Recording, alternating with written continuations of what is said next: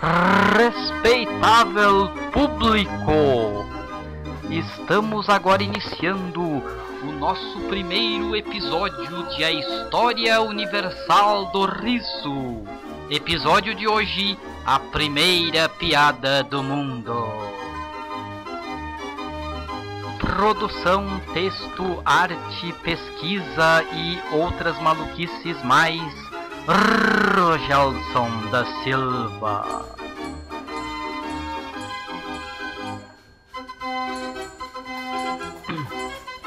Pois bem, eu comecei a ter essa ideia de fazer esse vídeo pelo seguinte: se você for assistir as comédias que passam na TV, as comédias os videozinhos engraçados que a gente assiste no YouTube, é normal a gente não achar tanta graça quanto achava antes. Hoje em dia também tá o stand-up cada vez mais forte e os humoristas que fazem apresentações no teatro muitas vezes também não são mais tão engraçados quanto eram há pouco tempo atrás. E o que é o máximo, a gente esboça um sorrisinho, mas cair no riso, isso não acontece mais. O que é estranho, porque na verdade eu me lembro que no meu tempo de garoto, de adolescente, a gente costumava rir, mas rir mesmo, rolar de tanto rir, de humoristas que faziam apresentação na TV, como TV Pirata, o Chaves, os Trapalhões, Animação Limitada, também os programas que vinham do estrangeiro, Alf, o É Teimoso, a Poderosa Vicky e assim por diante, né? A gente assistia e ria mesmo, olha, era muito divertido. Por que hoje não está mais tão divertido? O que aconteceu com o humor? Por que hoje você assiste programas de humor, entretenimento e não acha mais diversão naquilo? Aquilo não é mais engraçado. O que está acontecendo? O que é o humor? O que é a piada, o riso? Os especialistas não sabem. Eu pesquisei no tio Google bastante e o tio Google não pôde me responder.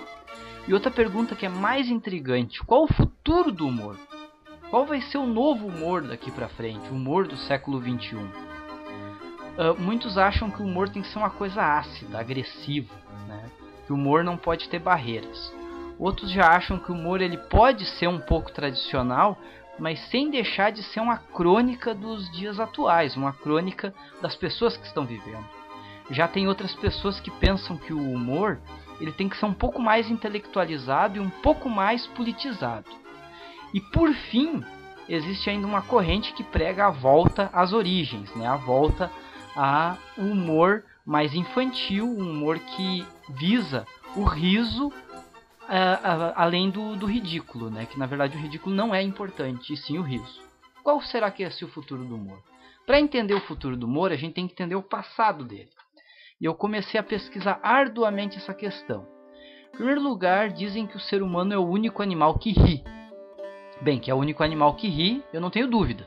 Mas não é o único animal que faz gracinha. Na verdade, muitos mamíferos e aves pregam peças uns nos outros e fazem cenas cômicas, né? E se divertem com aquilo. Mostrando que, há uma redundância que eu vou dizer, mas é interessante, que é natural à natureza o humor. Ele é natural à natureza, tanto humana quanto animal. Os que acreditam na teoria da evolução vão dizer que o humor do ser humano é fruto disso. Como eu não acredito, não acho que seja. Mas acho que a natureza ela consegue passar essa mensagem cômica. Os arqueólogos andaram encontrando nas pinturas rupestres dos homens pré-históricos desenhos que têm formas bastante exageradas, né? Formas anatômicas bem estranhas. Mas, no começo que eles achavam serem deuses, começou a ficar claro que não eram locais de culto, que não eram locais para deuses.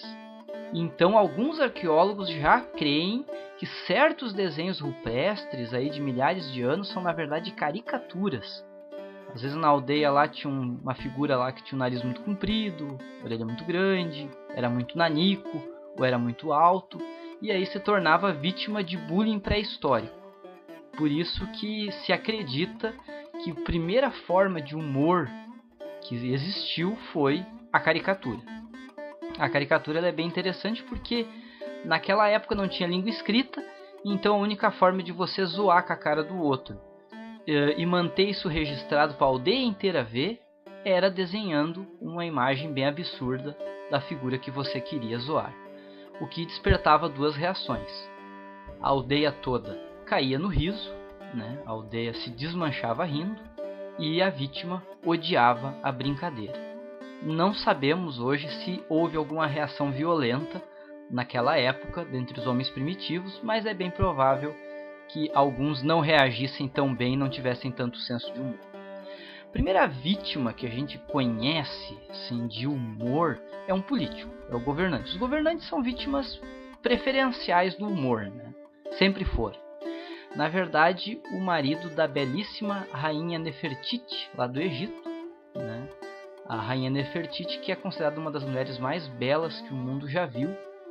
Depois eu vou mostrar para vocês a estátua que sobreviveu dela. E esta rainha, ela tinha, aí está a rainha Nefertiti, ela tinha um rei que era o rei Akhenaton, faraó Akhenaton, seu marido. E o coitado do Akhenaton, ele não era feio, ele era do avesso. Ele era mais feio que a feiura. Dizem que ele sofria de síndrome de Marfan. E na época sem tratamento, obviamente que ele ficou todo deformado, tenebrosamente feio. Bem, ser feio é um direito universal, todo mundo um dia vai ficar velho e feio. Mas Akhenaton, ele abusou desse direito.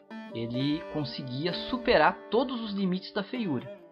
Mas ele era faraó, ele mandava, então ele podia ser tão feio quanto ele quisesse. Tanto é que as estátuas que geralmente mostravam os faraós bonitões, no caso de Akhenaton, ele parecia o Etevaldo do Castelo Rá-Tim-Bum. A ideia mesmo era mostrar como ele era feio. E antes que você me pergunte, cadê as pirâmides no meu desenho? Bom, em Amarna, que era a capital de Akhenaton, não tinha pirâmide, então eu não desenhei pirâmide. Akhenaton era fã enlouquecido, endoidecido, um fã absurdamente grande do Luan Santana. Não, minto, do Sol. Ele era fã do Sol. Ele era fã do deus Aton, o círculo solar. E Akhenaton, ele todo dia, segundo alguns arqueólogos, egiptólogos, todo santo dia Akhenaton ia fazer procissões triunfais, pilotando sua carruagem em honra ao deus Sol no pôr do sol. Alguns dizem que era no nascer do sol, isso aí não importa. O interessante é que na frente ia um grupo de batedores. Literalmente batedores, eles estavam lá, era para bater mesmo. Os batedores que iam na frente, eles tinham uma função muito interessante, que era de abrir caminho entre a multidão, para que a carruagem de Akhenaton passasse, e também para dispersar qualquer manifestação contrária. O que isso gerou? Os arqueólogos encontraram estatuetas de macacos pilotando carruagens. Bom, macaco não pilota carruagem, então lá em Amarna. Então se acredita que essas figuras de macacos pilotando carruagens sejam na verdade algum tipo de caricatura de Akhenaton por causa de sua feiura. Bem, Roma também, o Império Romano, era vítima de caricaturas. E o povo da cidade de Pompeia fez o favor de ser soterrado pela lava vulcânica do Monte Vesúvio, e com isso a gente teve toda a cidade preservada, incluindo as pichações nas paredes. Você ouviu bem, pichação mesmo, mas não com latinha de spray não. Não tinha tinta em spray na época. Mas se usava carvão ou giz para desenhar as paredes de Pompeia. E esses desenhos incluíam caricaturas muito debochadas de procônsules, governantes distritais, como essa aí, por exemplo, que parece o Mr. Magoo. Coitado desse cara aí, era uma das vítimas. O objetivo é que depois que passasse uma figura na rua lá, ele ia olhar para aquele desenho desenhado na parede, que obviamente era anônimo, ninguém sabia quem era o desenhista, e ia cair no riso. E com certeza zombar do governante da época. Bem, mas isso aí não nos responde uma coisa, é a primeira anedota. Bem, as anedotas tiveram que esperar a língua escrita, que os sumérios criaram a escrita cuneiforme em tabuinhas de argila, que foi a primeira forma de língua escrita. Era uma língua meio trabalhosa para você escrever, você tinha que pegar um graveto, você tinha que desenhar as letras, com o graveto numa barra de argila úmida, e depois você tinha que ou deixar exposto essa barra de argila úmida, esse tablete, no sol para secar, ou então cozinhar ele no fogo. Porque se você não fizesse isso, o documento não ia durar muito tempo. Ele ia se desmanchar em pouco tempo, rachar e quebrar tudo. Só que os arqueólogos, por isso, não encontram anedotas desse período, muitas, por um motivo bem simples. Se você tem o documento para escrever, material difícil de lidar, você vai usar para escrever coisa importante. Documento, sentença de morte e outras coisas do gênero. Você viu ali o 3.900 anos. Porque há 3.900 anos atrás se escreveu a primeira piada que se tem registro. Essa piada, escrita pelos babilônios, pelos sumérios, né? Ela já mostrava que dois assuntos que viraram tema das piadas no futuro: relacionamentos e escatologia. A piada diz assim: o que nunca se viu desde os tempos de outrora, uma jovem mulher soltar um pum no colo do seu marido. Não tem muita graça, mas naquela época, 3.900 anos atrás, devia ser engraçado.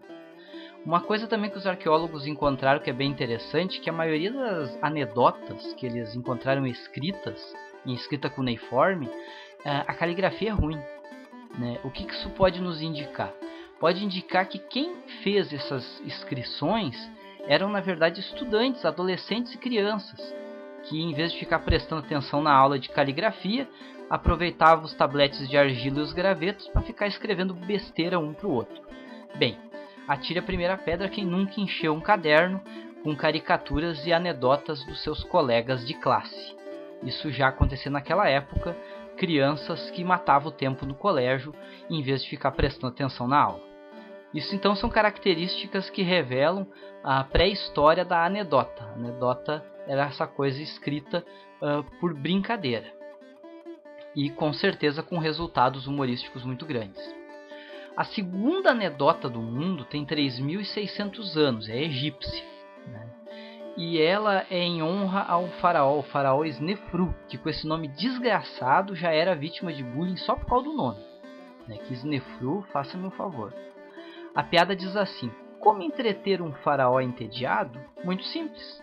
Encha um barco com mulheres vestidas apenas com redes de pesca e peça ao faraó que apanhe um peixe. Se você não achou graça, bem, entenda que é uma piada que tem 3.600 anos, devia de ser mais engraçado na época, até porque falava mal de um governante. De novo, o governante é vítima da ironia. Por fim, nós temos como última forma cômica a charada, adivinhação ou enigma, tanto faz. Os hebreus eles usaram bastante esse recurso, né? Até mesmo o personagem Sansão é descrito como provocando os seus inimigos filisteus com uma charada que eles não conseguiam decifrar. Está na Bíblia isso, né? Então mostrando que até na Bíblia tem essa parte irônica da charada.